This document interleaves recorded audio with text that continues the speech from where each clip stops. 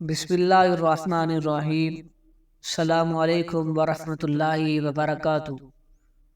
وہ کون سے 5 خواب ہیں جو انسان کو اس وقت دکھائی دیتے ہیں جب اس کے بعد دولت آنے والی ہوتی ہے، یا دوسرے لفظ میں یوں سمجھ لیں کہ جب انسان کے دن بھرنے والے ہوتے ہیں اور اللہ تبارک و تعالی کسی انسان کو ڈھیروں ڈھیر مال و دولت عطا فرمانے لگتے ہیں، تو اسے انسان کو خواب میں یہ 5 چیزیں ضرور دکھائی دیتی ہے۔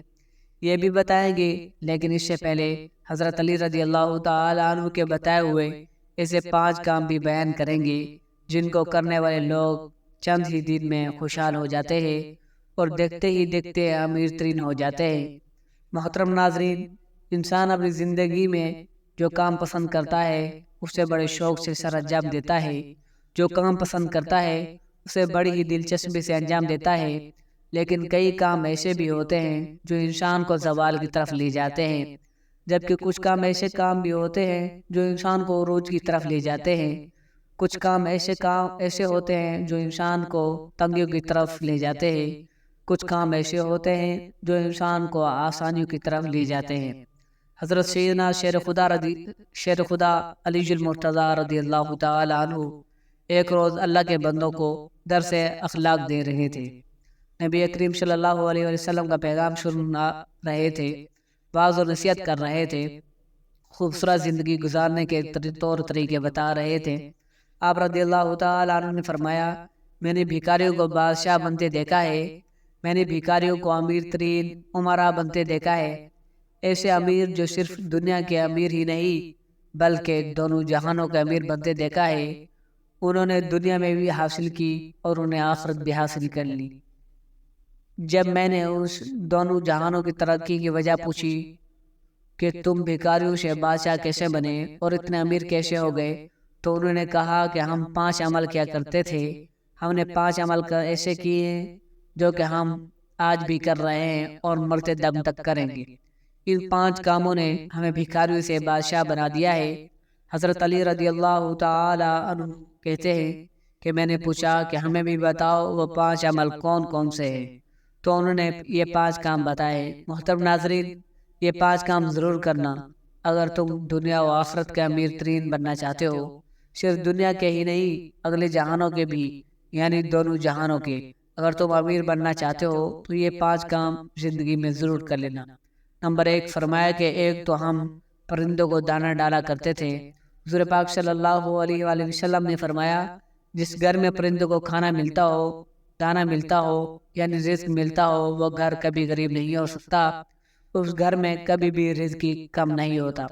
اللہ تعالیٰ اس گھر کا رزق کبھی کم نہیں کرتا جس گھر کے میں پرندے پلتے ہو، پرندوں کو دانا ملتا ہو، پرندوں کو پانی ملتا ہو۔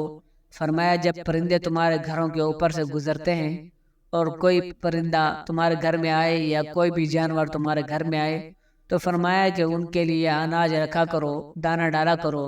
اگر کوئی پرندہ پیاسا ہے تو پانی پلایا کرو۔ اللہ تعالیٰ کو ایک مخلوق کا دوسری مخلوق پر احساس کرنا کا عمل بہت ہی زیادہ پسند ہے، یعنی جب ایک مخلوق دوسری مخلوق کی بھوک مٹاتی ہے، پیاس مٹاتی ہے، تو اللہ تعالیٰ کو یہ عمل اتنا پسند آتا ہے کہ اللہ تعالیٰ فرشتوں کے درمیان یہ منظر دیکھ کر مسکراتا ہے۔ جب ایک مخلوق دوسری مخلوق کا احساس کرتی ہے، جب پرندے کسی کے گھر سے کھانا کھا کر یعنی دانا کھا کر اس کے گھر سے جاتے ہیں تو وہ اللہ سے دعا کرتے ہیں کہ مالک، تجھے تیری وحدانیت کا واسطہ ہے، تیری رحیمی کا واسطہ، جس طرح اس گھر کے والے لوگوں نے میں ہمارے رزق کا اہتمام کیا، تو بھی اس گھر والوں کے رزق کے اہتمام کر۔ تو یوں اللہ تبارک و تعالیٰ اپنی برکت کے تمام دروازے اس گھر کی طرف کر دیتا ہے۔ جس گھر میں پرندوں کو کھانا ملتا ہے، جانوروں کو کھانا ملتا ہے۔ حضرت باقر رضی اللہ تعالی عنہ کے صاحبزادے حضرت امام جعفر صادق رضی اللہ تعالیٰ عنہ فرماتے ہیں کہ جو انسان صبح اٹھتے ہی یہ ایک عمل کرتا ہے، اللہ تبارک و تعالیٰ 3 فرشتے اس کے ساتھ ساتھ لگا دیتا ہے، یعنی 3 فرشتوں کی ڈیوٹی لگ جاتی ہے، جب صبح دوپہر شام اس کے ساتھ ہی رہتے ہیں۔ پہلا فرشتہ اس انسان کی عزت بڑھانے کے لیے اسباب پیدا کرتا ہے، دوسرا فرشتہ اس کا رزق بڑھانے کے اسباب پیدا کرتا ہے، جبکہ تیسرا فرشتہ اسے مصیبتوں سے بچانے کے لیے اسباب پیدا کرتا ہے۔ پوچھا گیا کہ حضرت آخر وہ نیک عمل کون سا ہے؟ اتنا فائدہ مند عمل ہے کون سا ہے؟ حضرت امام جعفر نے فرمایا پرندوں کو دانہ ڈالنا۔ جو شخص صبح سویرے اٹھ کر دوسروں مخلوق کو کھانا دیتا ہے، اللہ تبارک و تعالی اس پر 3 فرشتوں کی ڈیوٹی لگا دیتا ہے۔ نمبر 2، اس کے بعد حضرت علی رضی اللہ تعالیٰ نے فرمایا اس شخص نے کہا کہ ان کا دوسرا عمل یعنی دوسرا کام جو وہ کرتے تھے وہ یہ تھا کہ وہ غریبوں کی مدد کیا کرتے تھے۔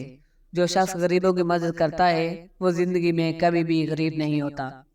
جناب عالی بندے کی عبادت بندے کو اس مقام تک نہیں پہنچاتی جہاں غریبوں کی مدد پہنچاتی ہے، جہاں غریبوں کی خدمت پہنچاتی ہے۔ جب غریبوں کی خدمت کی بات آتی ہے تو میرے نبی صلی اللہ علیہ وسلم کی قدموں میں بیٹھنے والے سیدنا ابو بکر رضی اللہ تعالیٰ عنہ سے بڑھ کر اچھا حکمران دنیا میں کوئی نہیں آیا۔ اس طرح سیدنا عمر فاروق رضی اللہ تعالیٰ عنہ سے بڑھ کر کوئی بادشاہ نہیں آیا۔ سخاوت میں حضرت سیدنا عثمان غنی رضی اللہ تعالیٰ عنہ سے بڑھ کر کوئی حکمران نہیں آئے۔ علم و فراست میں حضرت سیدنا علی مرتضیٰ رضی اللہ تعالیٰ عنہ سے اچھا حکمران کوئی اس دنیا میں نہیں آیا۔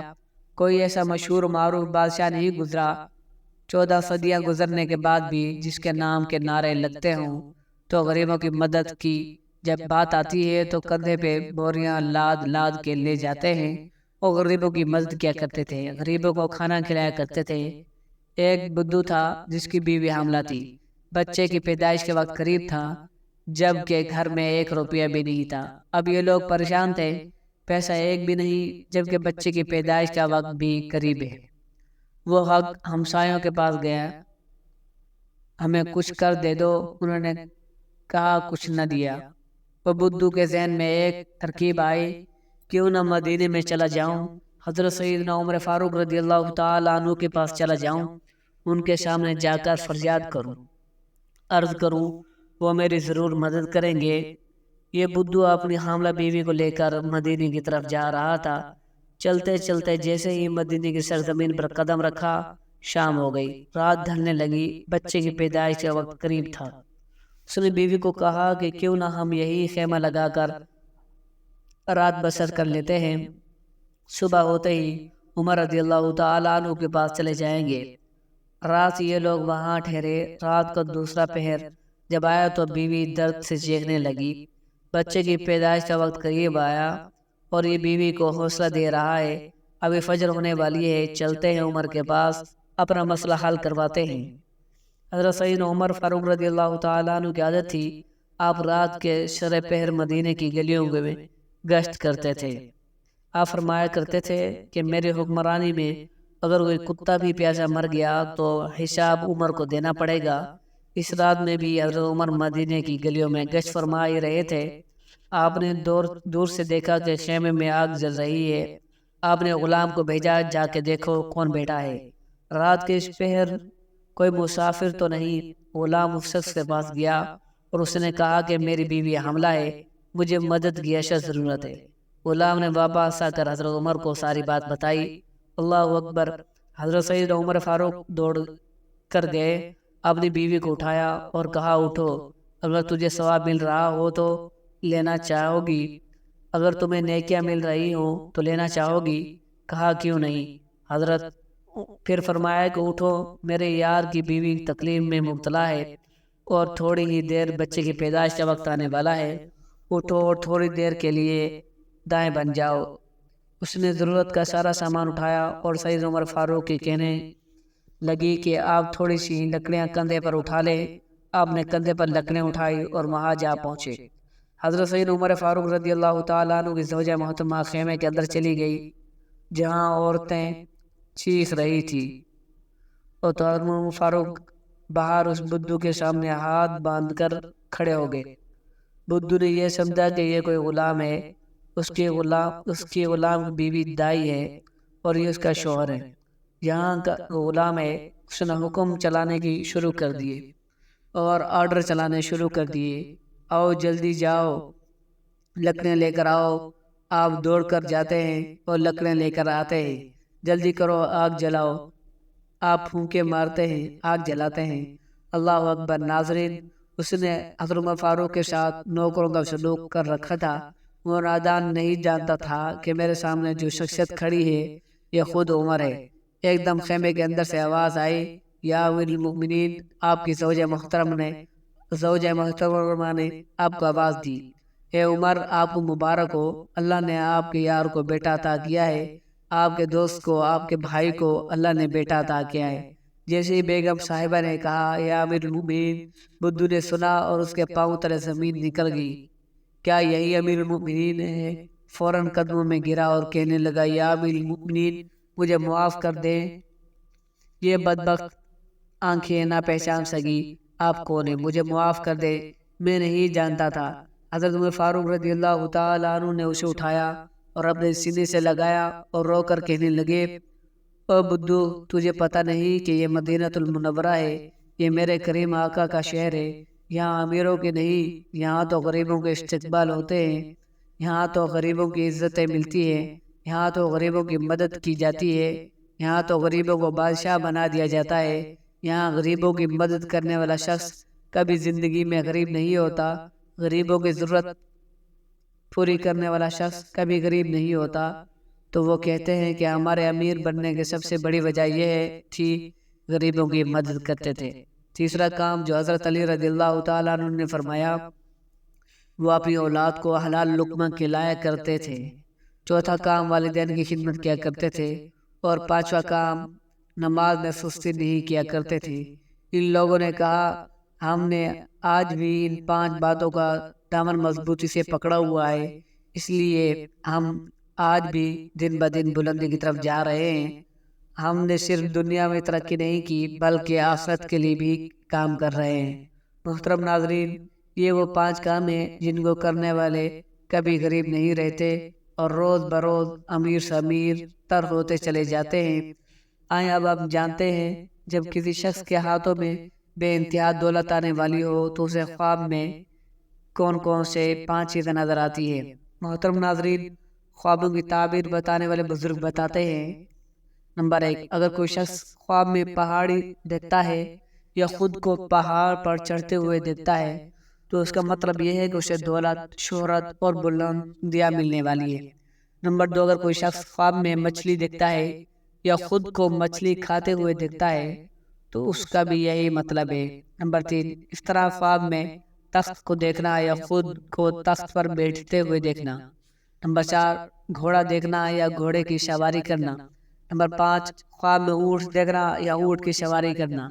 ان سب خوابوں کی تعبیر یہی ہے کہ بہت جلد اللہ تبارک و تعالیٰ اسے بے شمار دولت سے نوازنے والا ہے۔ اللہ رب العزت سے دعا ہے کہ مالک ہمیں بھی ان 5 کاموں پر عمل کرنے کی توفیق عطا فرمائے اور اپنے ان بندوں کی فہرست میں شامل فرمائے جن سے وہ راضی ہوتا ہے۔ اللہ تبارک و تعالیٰ سے دعا ہے کہ ہمارا سننا قبول فرمائے، آمین۔